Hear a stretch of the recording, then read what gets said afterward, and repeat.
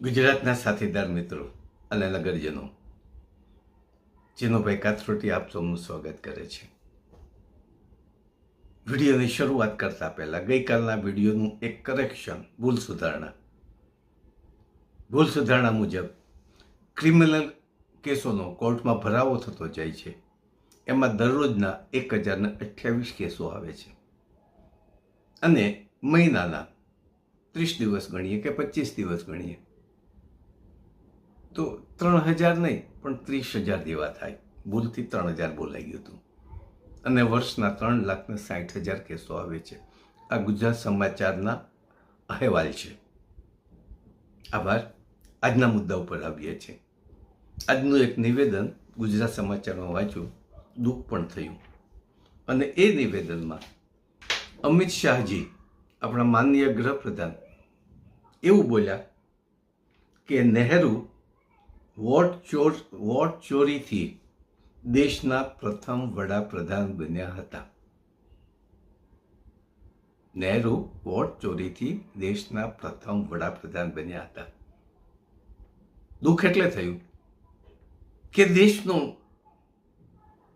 એક અધિકૃત નેતા, મહત્વનો નેતા, ગૃહપ્રધાન કક્ષાની વ્યક્તિ આવું સ્ટેટમેન્ટ આપે છે ત્યારે દુઃખ થાય છે. નહેરુનું વિરુદ્ધ, નહેરુ કુટુંબનું વિરુદ્ધ, ગાંધી પરિવારનું વિરુદ્ધ, ઇન્દિરાબેનની વિરુદ્ધ, આપણા માનનીય વડાપ્રધાન નહીં, આપણા માનનીય નરેન્દ્રભાઈ તો ટેવાયેલા છે બોલવા. એની ટેવ છે. એને રાત્રે નહેરુ સપનામાં આવે અને દિવસે નહેરુની આભા એને દેખાય, ઇન્દિરાબેનની આભા પણ દેખાય. પછી સંસદ હોય કે એમને ઓફિસમાં હોય, એ ટેવાયેલા છે. પણ અમિત શાહજી બોલે, નવાઈ લાગી. તો અમિત શાહજીને મારે એટલી જ વાત કરવી હતી, કારણ કે એ જમાનામાં નહોતા, હું એ જમાનાનો છું, કે એ જમાનામાં વોટ ચોરી નહોતી થતી. પછી ધીમે ધીમે બૂથ કેપ્ચર થવા માંડ્યા અને એ બૂથ કેપ્ચર થવા માટે કોંગ્રેસ અને એ વખતનો ભાજપની જનસંઘ અને ભાજપ પહેલાની જે RSSની જે પાર્ટી હતી એ લોકો કરતા હતા.